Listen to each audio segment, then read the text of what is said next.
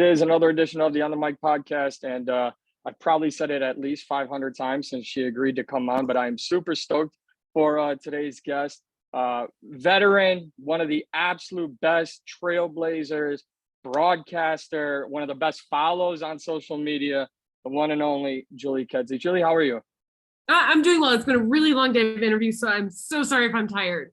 Like, I'm like looking at my image right now and I'm like, oh, this is insane. I can't get anything fixed on my computer. So sorry about that. No, it's like I said, it's quite all right. Everything's perfect on my end. I mean, not much to talk about in the MMA world these days, right? I mean, we've got nothing after absolutely. I do want to get into that. Obviously, I asked you to come on because we have an Invicta FC show this week on Wednesday, January 18th. But I do have to pick your brain a little bit on a few things, especially in the UFC.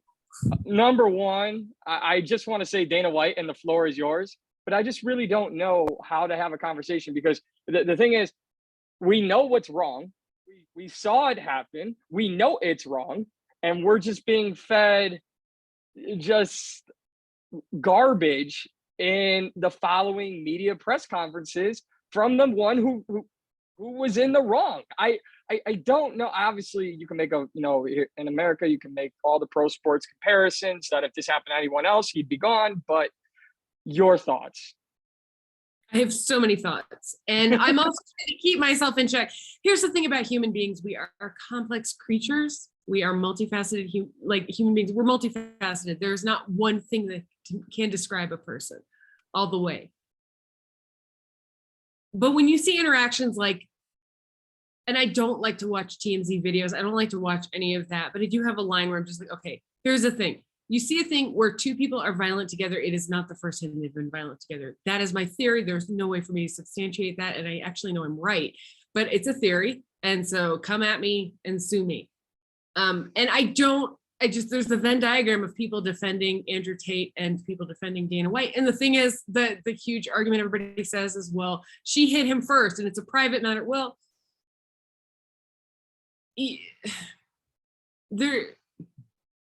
No, sorry, you're wrong. Yeah. Sorry. I mean, she hit him first. That was a violent thing to do, but when you outweigh somebody, that it just no. Sorry, I've known men in circumstances where they were domestically attacked by a woman, and they walked away. And it was not right it's not right for a woman to hit a man. It's not right for a man to hit a woman. There's no excuse for domestic violence on either case. But there was first of all, that video was really edited. And also it's clearly edited. And I'm sorry, you can walk away. If you are the bigger, stronger person, you can walk away. And if you don't, and I'm sorry, my opinion's unpopular. It's unpopular around. I have no horse in this game except let's all be fucking better people. And stop trying to make excuses for what's bad. I'm not making excuses for her. I'm not making excuses for him. I don't know these people. It isn't my business, but yes, it is my business because this is the person who makes decisions about other people's domestic violence cases. So yeah, that's my opinion on it. Sorry, it's wrong. And his argument or his thing, I thought actually he said exactly the right things. There's never an excuse. Do not make excuses for me. Stop making excuses for me. But I don't need to be punished because, feeling bad about myself is the worst thing. And being called bad names is the worst thing. No, it's actually not. The worst thing is to be the person who enabled somebody to do that to another human being, male or female, and then not have consequences from it. I think that's what infuriates me the most, but I did want to get your opinion. I mean, obviously, let me take that back. The whole situation infuriates me. What he did infuriates me the most. But in the aftermath, I've got to live with that title for the rest of my life. If I get caught shoplifting, title being Dana White. Sorry, if I get caught shoplifting at 15, I'm not thinking, oh man, when I'm 30, I'm still gonna be that kid who shoplifted from Target. To kind of throw it out there, well, I've just got to live with it. No, so many people have to live with it. His wife, their kids don't live with it. Right, exactly. And so with all that though, I did want to take it to a different angle because there is one thing, and I wanted your opinion on it. One thing that's actually bothering me almost as much as the entire situation is the coverage of the entire situation. I know people are calling for ESPN to say more and for there to be punishments. That's one thing. And I'm not playing favorites here. I respect the hell out of both of them. but it was Ariel Helwani, obviously, and Luke Thomas who said it best more than anyone in the media. They were the only two who really grabbed the situation by the throat. I'm talking in the grand scheme of MMA media. We have just so many people who are afraid to get locked out of the next press conference. They need their credentials. They want all this. They don't want to say the wrong thing to jeopardize themselves. But you have to, am I right? Like, you have to address these things. Yes, you do. And I think I understand what it's like to have to protect your job, to be in a precarious situation because you have children to feed, you have a family. You know, I understand these things. I'm not unsympathetic to them. As much as I sound like this one-sided feminist psychotic woman online or whatever people, you know, whatever I get it. I actually understand what it's like to try and protect yourself and to try and protect your job because you know it's a world where you're not going to get another job. We're set up in a system that is just, what does it say about all of these things though, that one person has that much control over you that if you speak the truth, they shut you out of your career. I mean, some people might say that's capitalism, it's life. Well, that is what are we doing about that then? Like, what are we doing about that? Like, let's have that conversation too. If you are so scared of posting something because you're worried about your life worried about your life, I don't think it's gotten to that point. I don't think people's lives are being threatened, but we could talk about other aspects in MMA where people's lives are being threatened by it's not my reset. I want to talk about the things that I can directly give my opinion on and have you understand that I am not the authority on this. I am not the in the know person. I don't know Dana White. I don't know his wife. A lot of these reporters I've had interactions with, but Luke Thomas, I have so much respect for his coverage of this. I have respect for Ariel's coverage of this. I have respect for the people who actually, even though it didn't look like they were doing a lot of coverage, covered it in the most oblique way possible by saying there was no response in this coverage for this, but still trying to get that out there. Like, I understand that that's difficult, but I think that you can only make so many concessions in your career just so you can be there with boots on the ground in the place where you know you're going to be shut out anytime you say anything wrong or right, where you have to just kind of look at everything and be like, is this actually worth it? Is this what I got in here to do? I mean, that's why I've burned all the bridges in my career. Basically, I've one venue and it's a venue I love most in the world, but I have no access to all these other bigger pictures. And I'm actually okay with that because I can live with my own conscience. I don't have a family support. I can't tell people where or when to draw the line, but I just feel like it's a domestic violence situation. That domestic violence was perpetuated by both people. I get it. But you got to be an idiot to think that was the first time. Like, really. The response and how that, I mean, come on. I'm sorry. Like, I agree. And Endeavor staying quiet. ESPN people did things independently, but they're, sorry. Yeah, I'm with you. Yeah, make a stand, do something. Like, because you don't, and that line gets pushed so far over that you actually don't know who you are anymore. I'm speaking from like my own experiences with giving up, having concessions and letting things go in my own life. You get to a certain point where you have to really just figure it out. Don't let somebody have that much control over your life. It's not worth it for you as a human being. Beautifully said, and I couldn't have said it better myself. I really appreciate your thoughts on all of this. But you know, for me, it's like, well, you mentioned capitalism, right? We are going to talk about this 2 title fight night you have coming up this week, but let's talk a little bit about capitalism and why in the past 6-8 months, one of the biggest stars in the sport, Nate Diaz, was given his walk-in papers, and Francis Ngannou was just released from his contract. And we could do a whole hour on things Dana White said about that, which, you know, Francis was afraid. And fighters, and I don't need to tell you, fighters are not afraid to fight each other. And that is, first and foremost, I want to just get that out there. I don't even need you to like confirm that. No, it's just, they're not fighting. Not. First of all, I think the idea of somebody being afraid shouldn't be. Every human being fears. That's how you get good fucking fights. Because you put yourself in a high stress situation where you're defending yourself, you're trying for something. You're afraid, even though your fear doesn't process the same way. You've trained it, you've harnessed it. There's absolutely nothing wrong with being afraid. That's what makes you brave, is to go in there for something you're afraid of and go do it and challenge and look for something bigger. So that's a dumb insult, being afraid. It's a dumb insult. Honestly, when it comes to Francis, you're telling me a guy, and if anybody knows his life story, what it took for him to get to France and then over to the States. I don't think that guy cares if it's John Jones, John. I don't care who it is. I don't care if there was another remake of himself in the cage. He's going to fight. Like, he's not, whole thing. Yeah. Well, and the thing is, like, risk versus reward has very little to do with fear.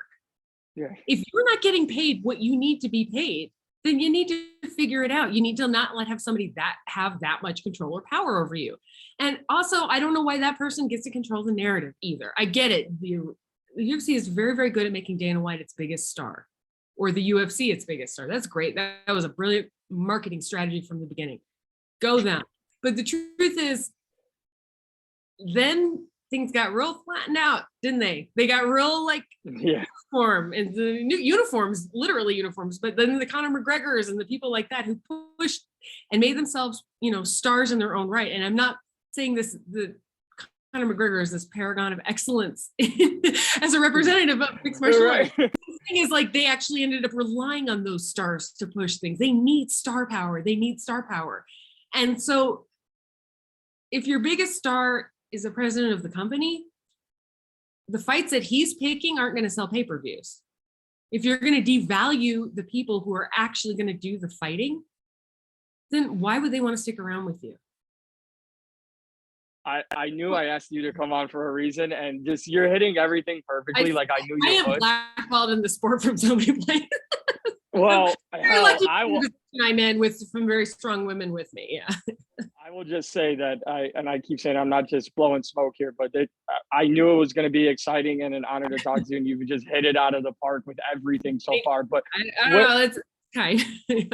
for me, because this is what my podcast is about. It's about talking about the sport that I cover, I follow, and people know this. Most people don't care, but I don't make money from covering this sport. I work a 9 to 5 Monday through Friday. So when I'm able to open this platform up and have honest conversations, like my first ever article transitioning into MMA from regular sports writing was basically a kiss-ass piece on Dana White back in 2015, 2016. And then now here we are. So I'm not afraid to say it, and it's so nice to have someone who's not afraid to truly say how they feel and their thoughts on the matter, no matter how it's perceived. So I thank you for that. To the Francis question, is boxing, I feel like they set the stage, it's there.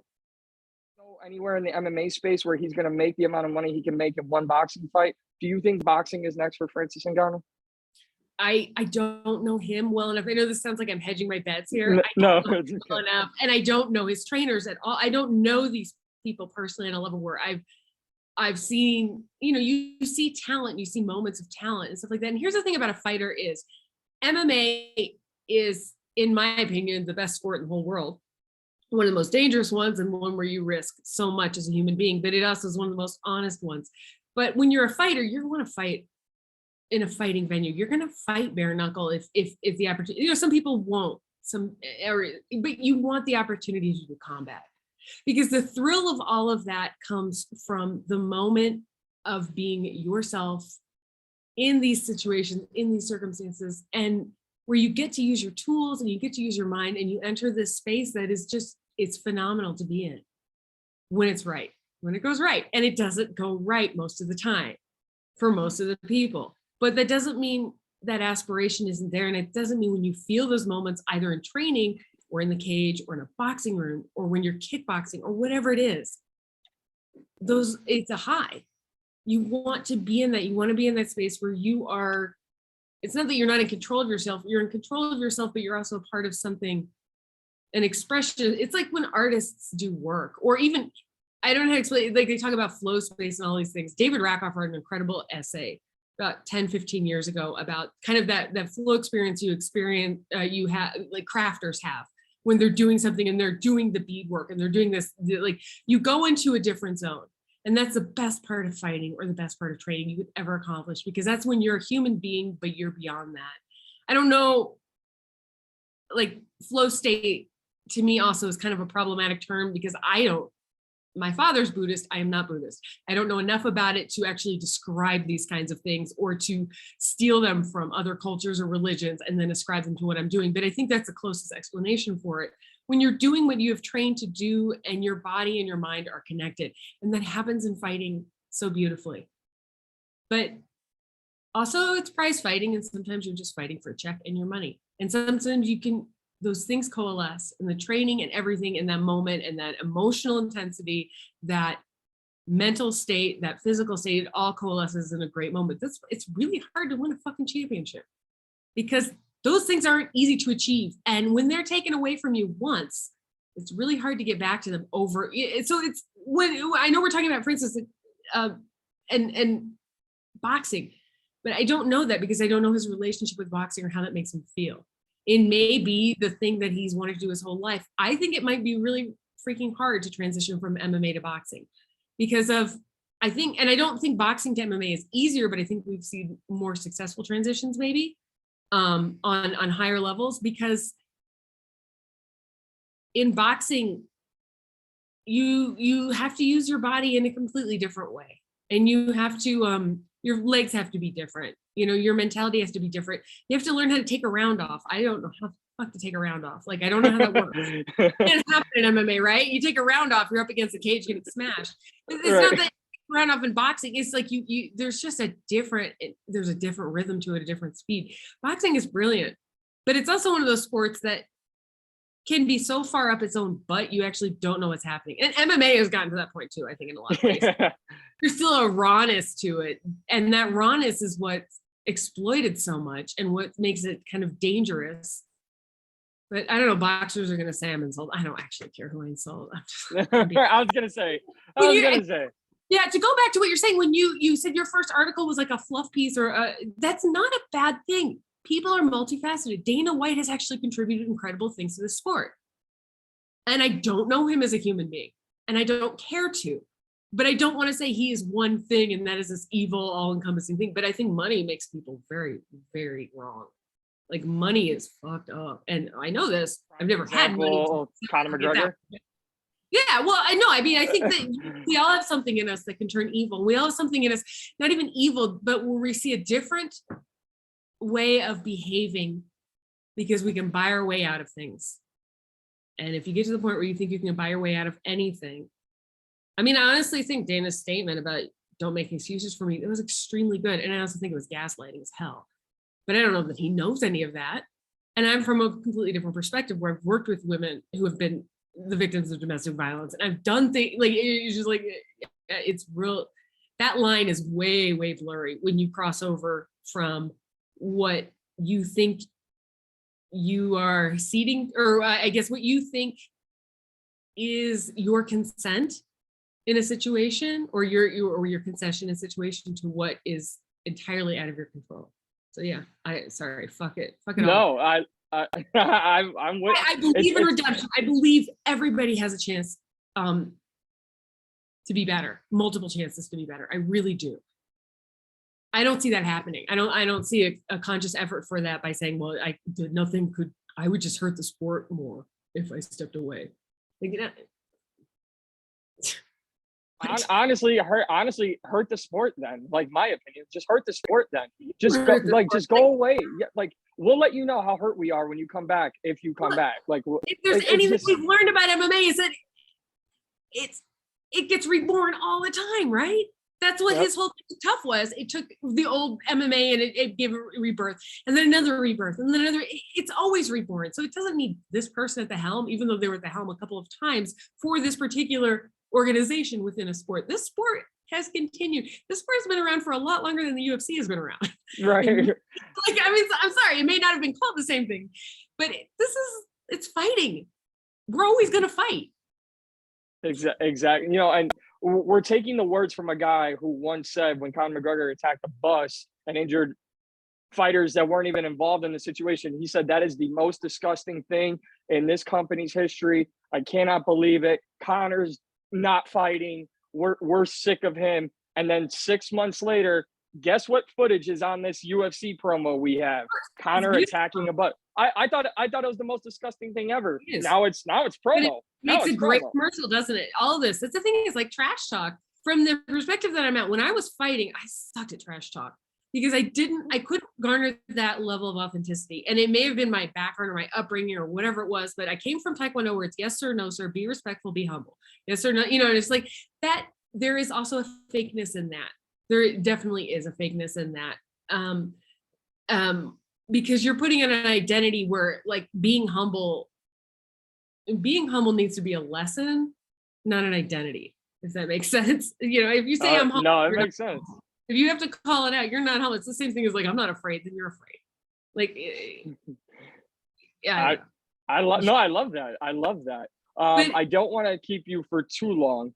I know you got me. No. I just don't want you to be like, wow, I just talked to this guy for how long? But I do want to kind of fight interview. So like, I'm like, yeah, this is different than than that. Interviews. I do want to say, because I think what I just respect so much about you is, one, and I say this like with the utmost respect, you have a no F's given mindset to what anyone says on social media. And in a weird way, for the first time talking to you in podcast form, which I am thrilled by, I can see what makes you so good at your job when you call fights, because there's a different level to it and a different tone when you talk.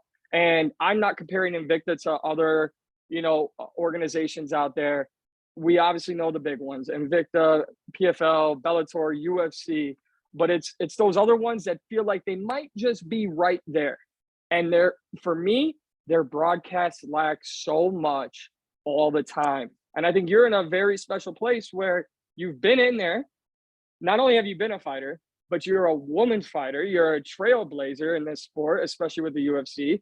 And for you to bring out the beauty that is women's mixed martial art every single event, and speak on these ladies for who they are from both a woman and a fighter standpoint, it's great.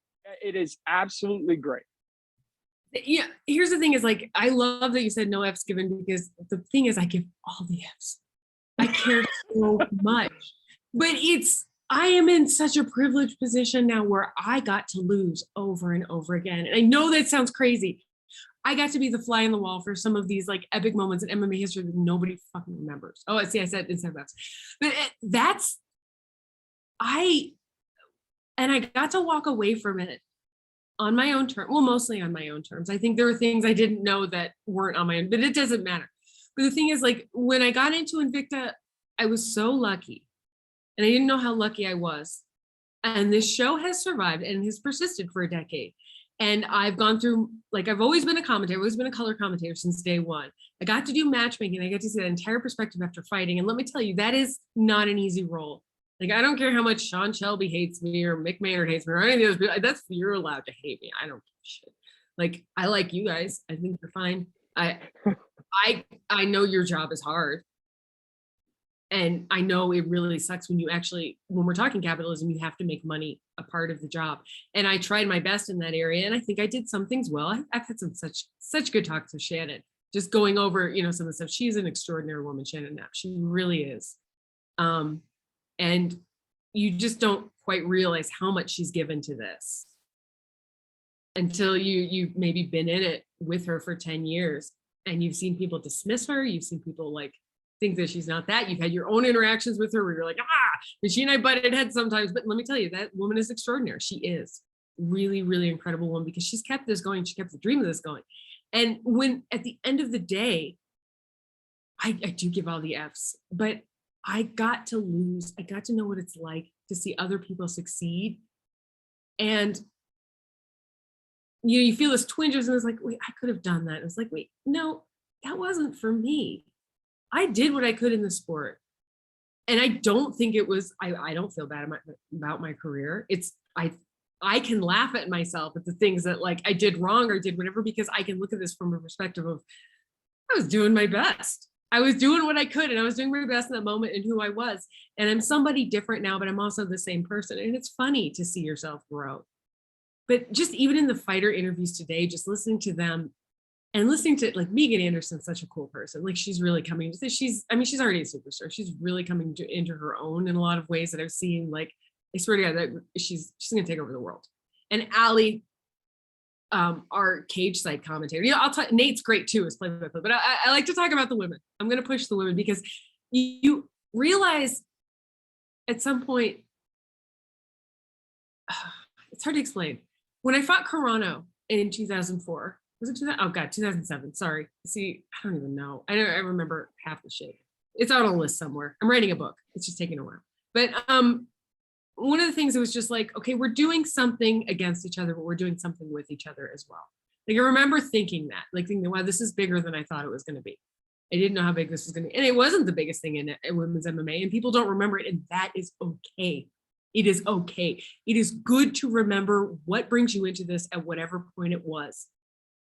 And whatever, well, from my perspective, whatever female fighter brought you into it, that if it's Ronda Rousey, Gina Carano, if it's Rose Namajunas, it's extraordinary. It's wonderful. And I found my path in this on the outside of doing it, doing what I do, and just being like, man, if I can just let each one of these women tell their stories or find their narrative, or find even at the beginning when they're making their like debut fights or whatever, they can find the way to have their own narrative or get strength in their own narrative here.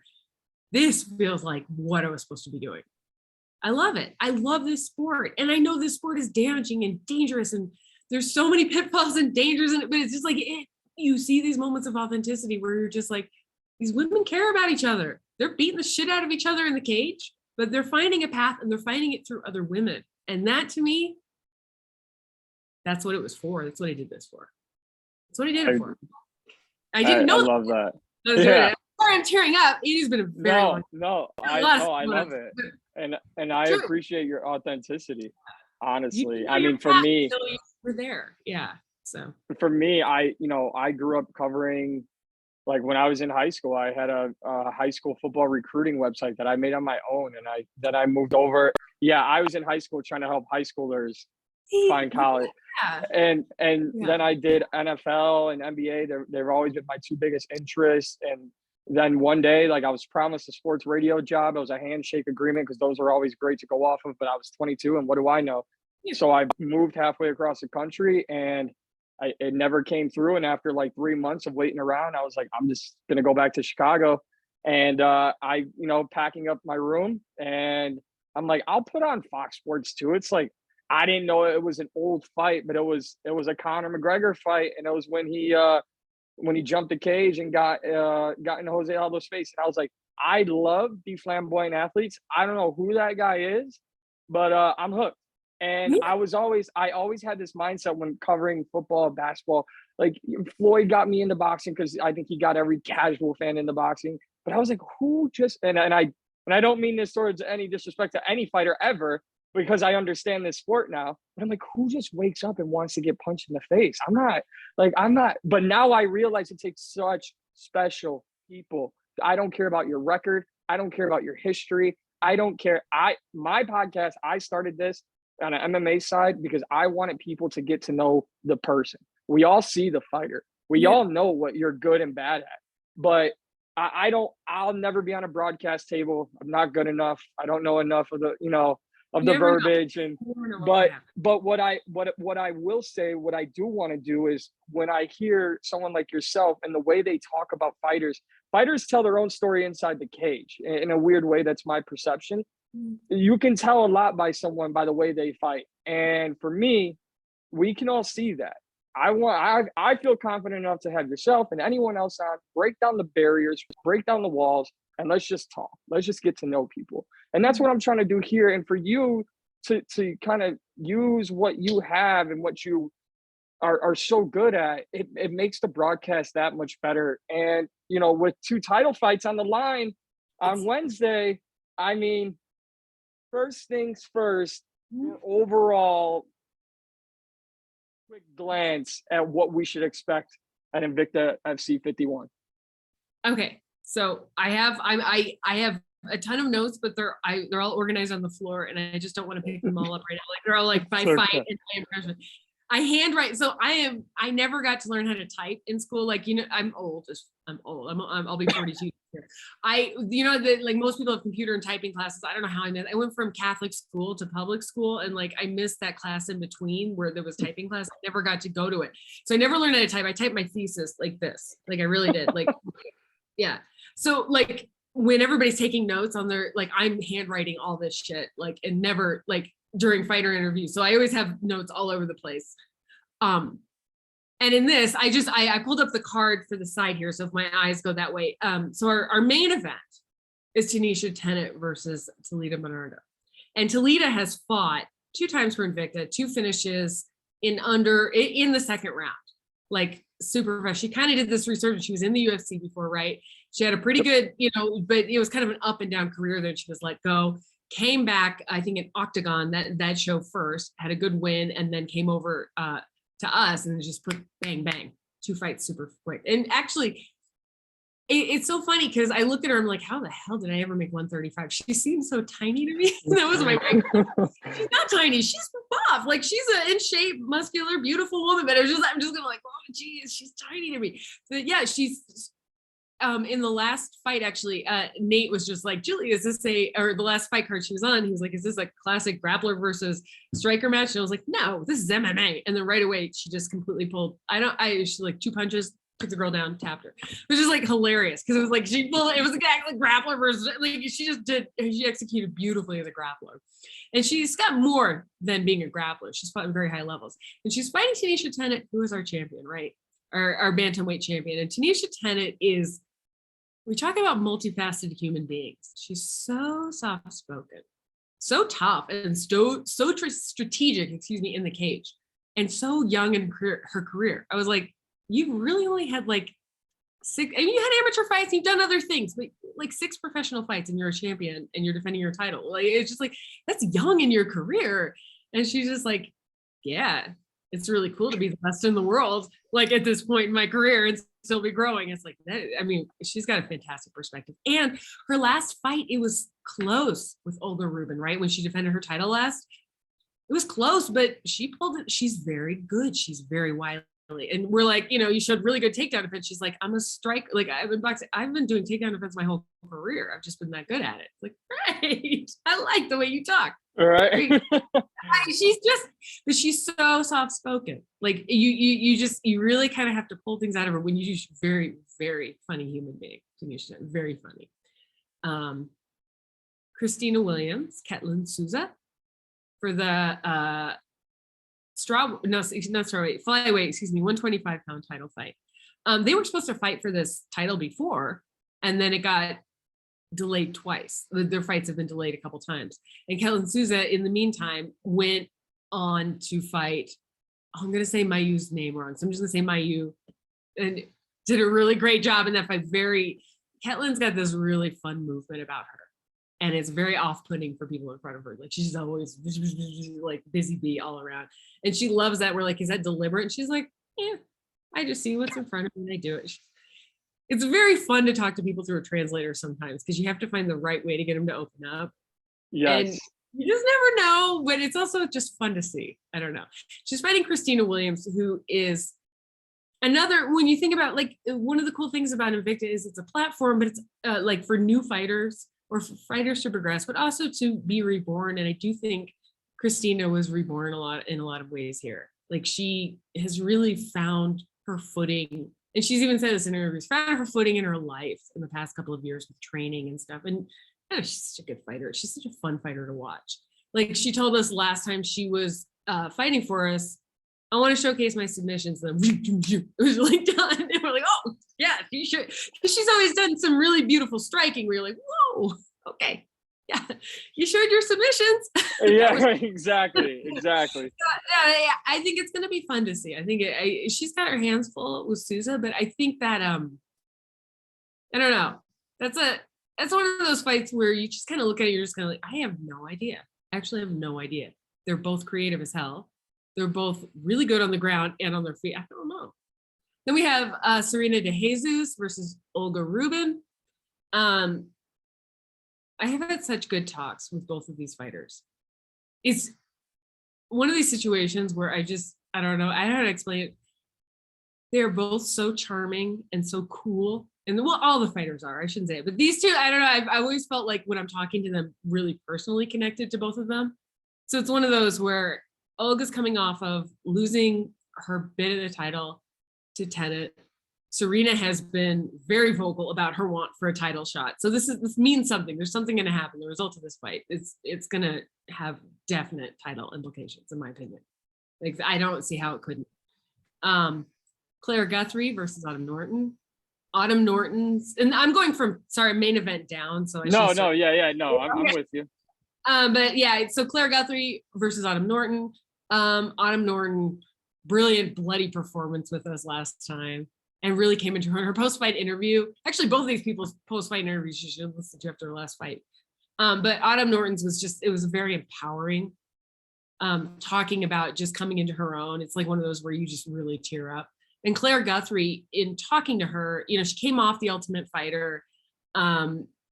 She's on this team in Colorado where the emphasis, when I'm talking about women raising other women up, I think that in interviews with her, you actually see how much that means to her and how much training with Elevation and the women, I mean, the men at Elevation too, but the women at Elevation, what they're striving for there. I think it's just one of those things where you hear it, you're just like, yeah, like this is cool. This is how people grow. This is how women in the sport grow. We fight each other, but we lift each other up. And like, you see that kind of in action, or you hear that in her voice about what's going on there. We have Lili Ferreira, and I'm sorry for my accent on that, but she was like, pronounce the Lee high, and then the Ferreira, I don't know, I have a terrible Portuguese accent, so I apologize for that. And Marissa Messer Valencia. Okay, I'm going to say that wrong too, she'll get mad at me, but atomweights, oftentimes when the atomweight division, we see people kind of circling each other around a lot.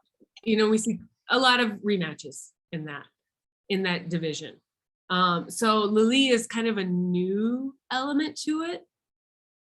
She's an interesting lady. We've got like 4 Brazilian fighters on this card, and each one, I don't know, it's hard to explain. Like, a couple of them I've seen before, and then a couple of them I haven't, and I'm just like fascinated by their stories.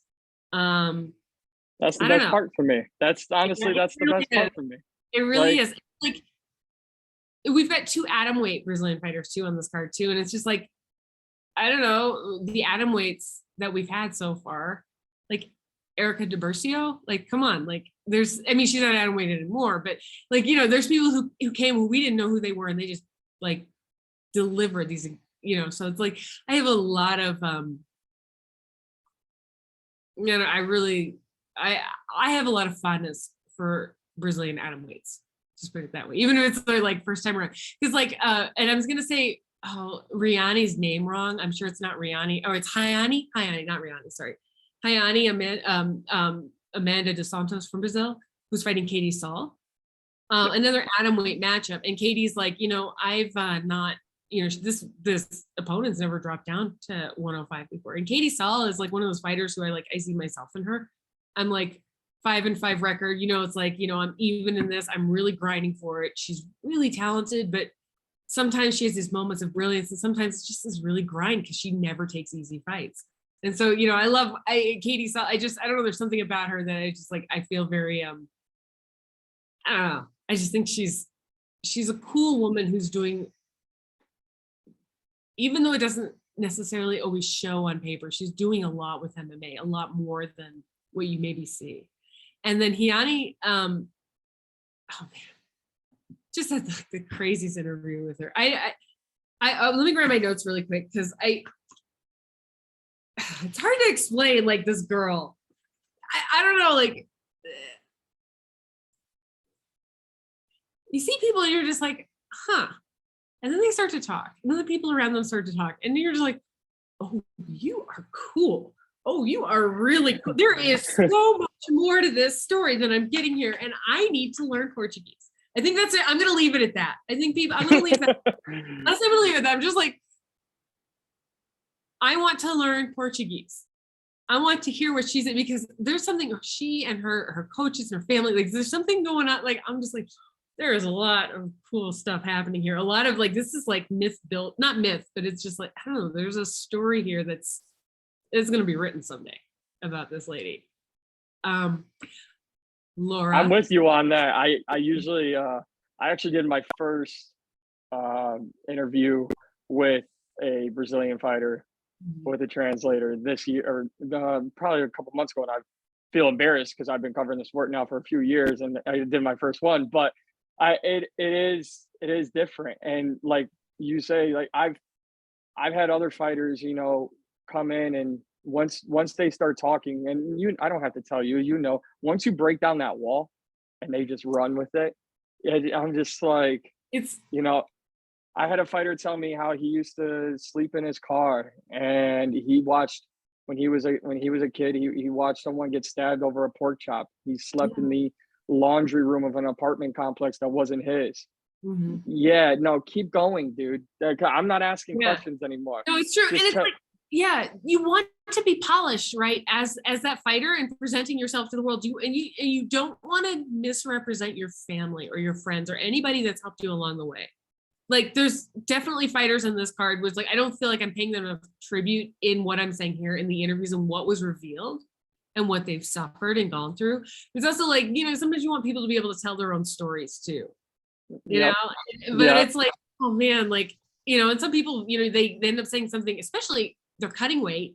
It's media day, and we'll ask them some kind of question and hit them with another question, because that's what you do. You try to pull the veil down a little bit, get them to open up. And the thing is, what I love about Invicta, or maybe where I've come to in my career and how much I trust the people around me in this room with the fighters, is they don't want us to say something, we're not going to say it. But we would love to know what got them to this point. And I don't want to give their stories or their secrets up. That's on them. That's their property. That's part of their story. But it helps me call a fight to know how much, if somebody's crying after that victory, to know that it's more than just, oh, I got my hand raised. It's, I slept so much.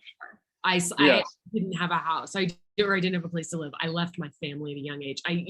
I was living on the streets. And like, you hear these stories, you're just like, I actually want to protect your story for you to tell, but it's extraordinary. You are an amazing human being for being where you are right now in this life. And some part of me is just like, my God, I wish I had billions of dollars. I would be paying everybody so much money. You know what I mean? Like, I wish I didn't, but it's like, that's not on me. That's they also, their struggle is important to them too. But it's just like, I wish they knew how much I cared. It's what made me kind of sucky as a matchmaker, because I never wanted people to lose. You know, you're supposed to look at things, okay, I'm going to go point A to point B to point A to point B. Right. This is a better fight. This is a better fight. Even it's just like, I just want them all to win. I care. And I'm in a much better place to trumpet that. And also I'm in a place where I can actually be, I don't think it's being mean to be critical. And I say this for a point, I care sometimes what people think about my commentary. For the most part, I'm just like, I still have this job. I've been doing it a decade. I know what's going on out there. I study this art. I realize that my fight career wasn't that great, but you have no idea what the losses make you.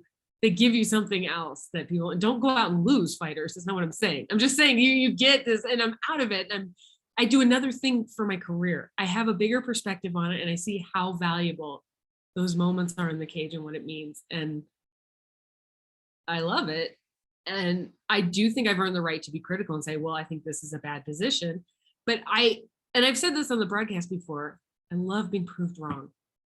You know, they assign you fighters to talk about. You talk about this person's strengths and how the other person is going to beat them. And especially when we were doing keys to victory in the thing, it was just like, I have one fighter, I'm going to talk about how they're going to win or how they're going to lose. And it's not that I'm choosing them to win or lose. I'm finding the ways they can be beat. And I'm finding ways they're going to win. I've had people get really mad at me, like you said, you know, it's like, guys, that was my job. And also you proving me wrong made me happier than anything in the world, because it makes MMA still viable. Right. Like, I know when I'm right and I know when I'm wrong. And being wrong in the sport as a commentator means you learn something really cool. Somebody's pulled something off.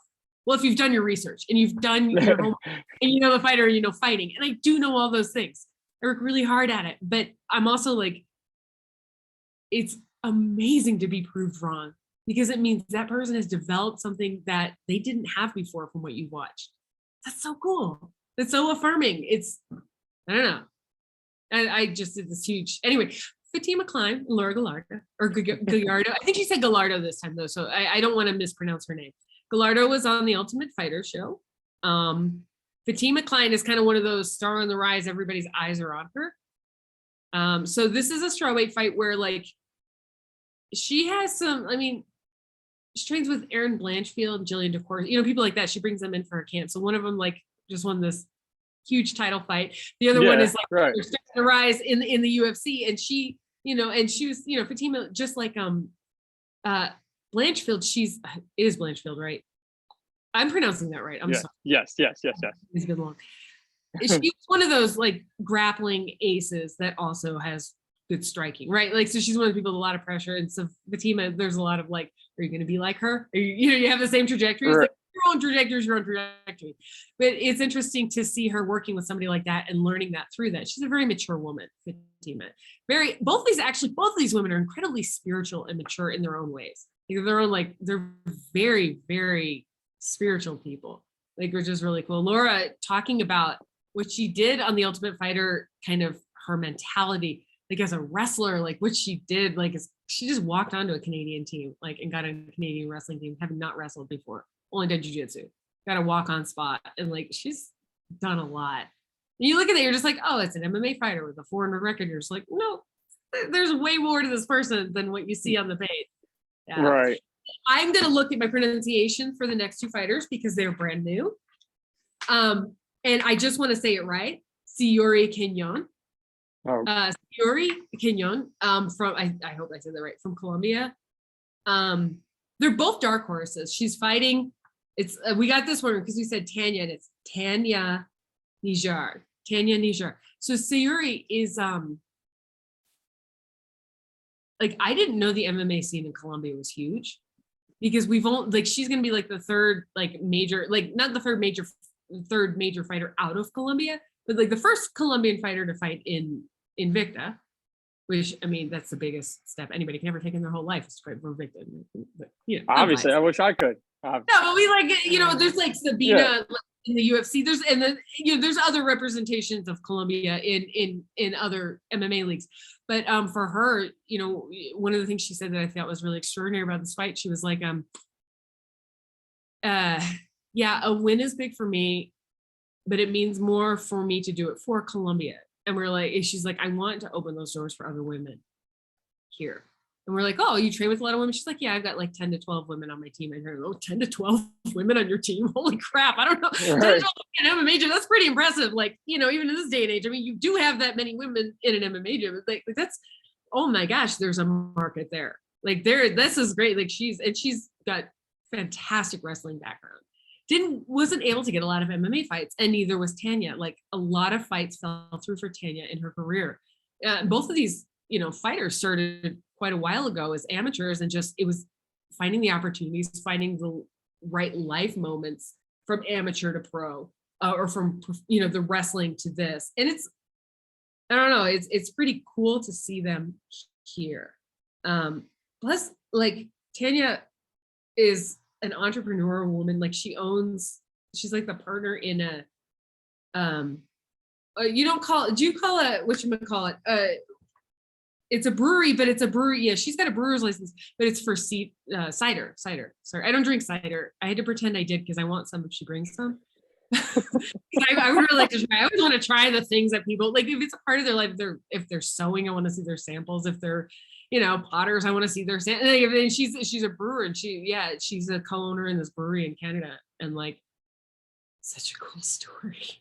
She used to play hockey. She used to play soccer. Yeah. Like, wow, you're so cool. Like, I don't know. That's my preview of the card, which is basically, I love every single fighter on this card, and they are phenomenal human beings. And we get to see them compete against each other. And I'm so lucky. And you're lucky. We're all lucky. We're all lucky, and you'll be lucky if you watch. 8:30 Eastern, Access TV. Julie, this has been great. I can't thank you enough. Honestly, we just So did much. about an I'm sorry hour. I talk so much. Like, No, honestly. And again, not blowing smoke. I get nervous when it's first time and it's somebody like yourself because I'm like, I don't want to take up too much time. I'm grateful for your time.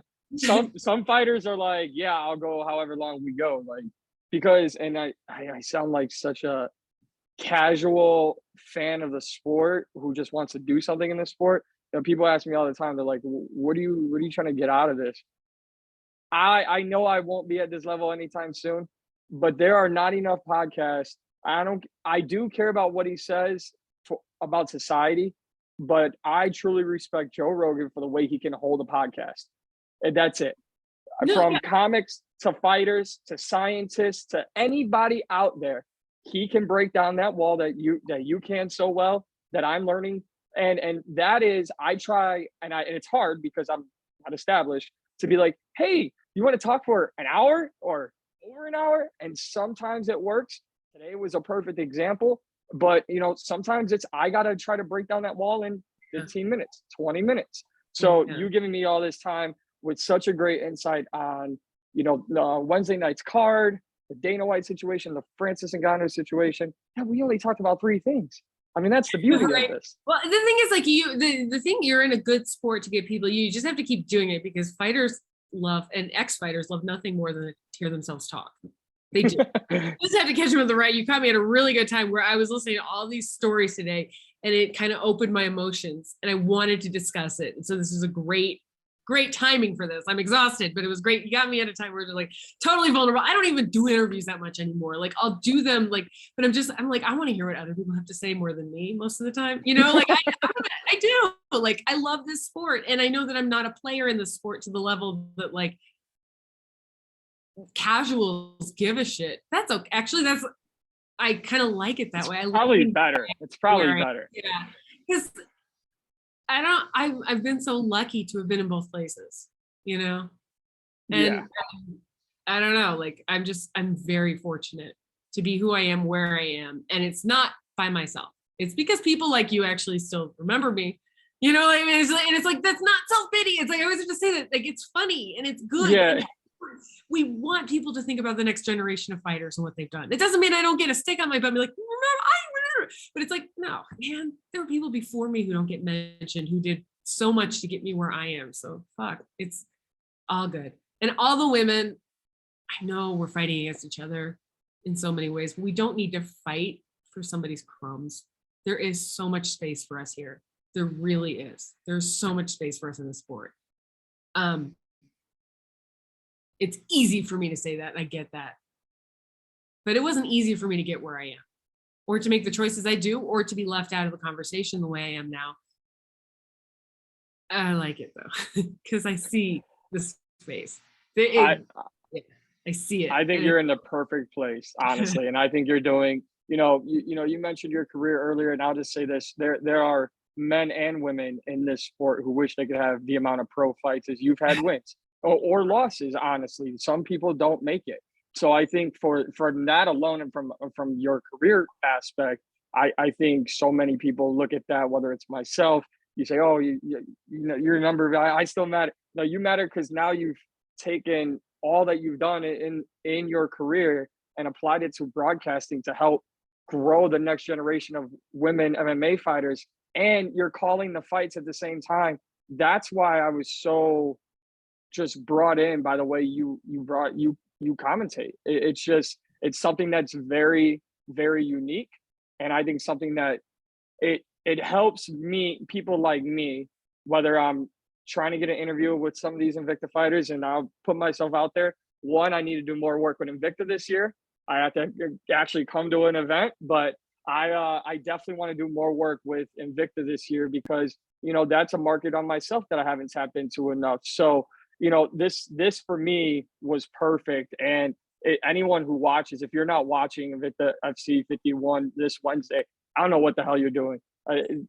2 title fights, stacked card of talent, individual stories that you put so well without even giving us all of them, because like you said, it's their story to tell. I'm pumped. I could listen to you talk for hours, and I kind of want to run through a wall right now. Like in my conversation with you, I totally forgot we have UFC 283 this weekend.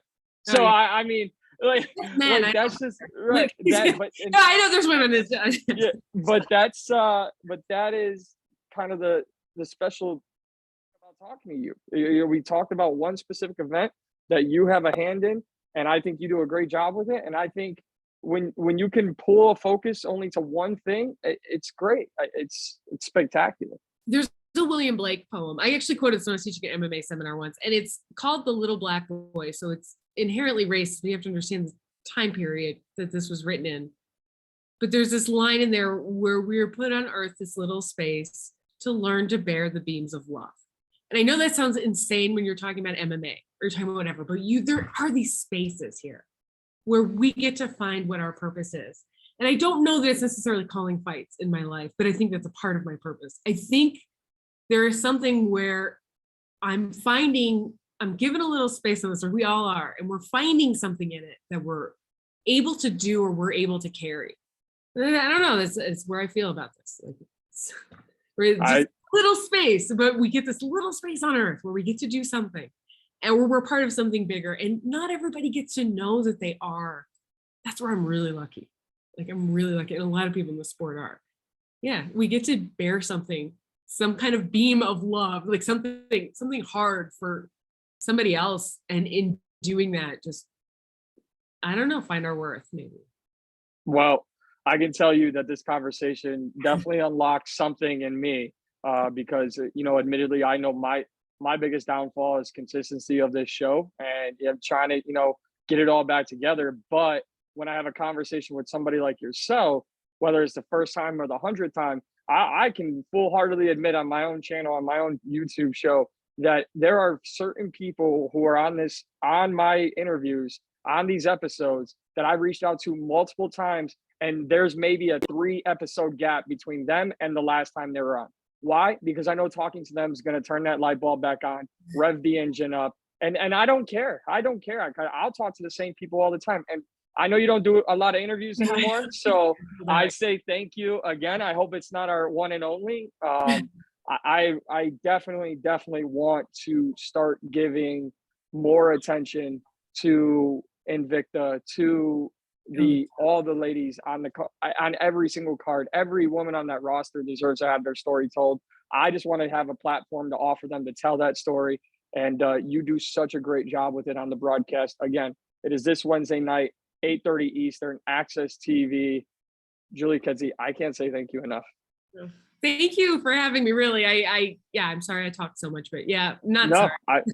No, don't be. Some of my best podcasts have been longer form, just because there's others where I'm like, shit, that was only like 15 minutes. Did they like me? Am I okay? Do I gotta do? Sometimes I mean, like I said, you call me on a good day, good week. I have a full-time job. This was an exhausting day, but one that's not what I usually do all day long. So it is invigorating in that sense. So good day to catch me. I like doing this. Well, I'll make sure anytime I reach out, I'm going to plan for it to be a good day. Thank you so much. You can hear Julie Kedzie on the broadcast, Invicta FC 51, Wednesday, January 18th. 2 title fights on the line, Access TV. Julie Kedzie, thank you so much. And can't wait to hear the call on Wednesday, and hopefully do some more work with Invicta and all the talented ladies on the roster in 2023. I hope you do. Thanks, Mike. Thank you. Bye.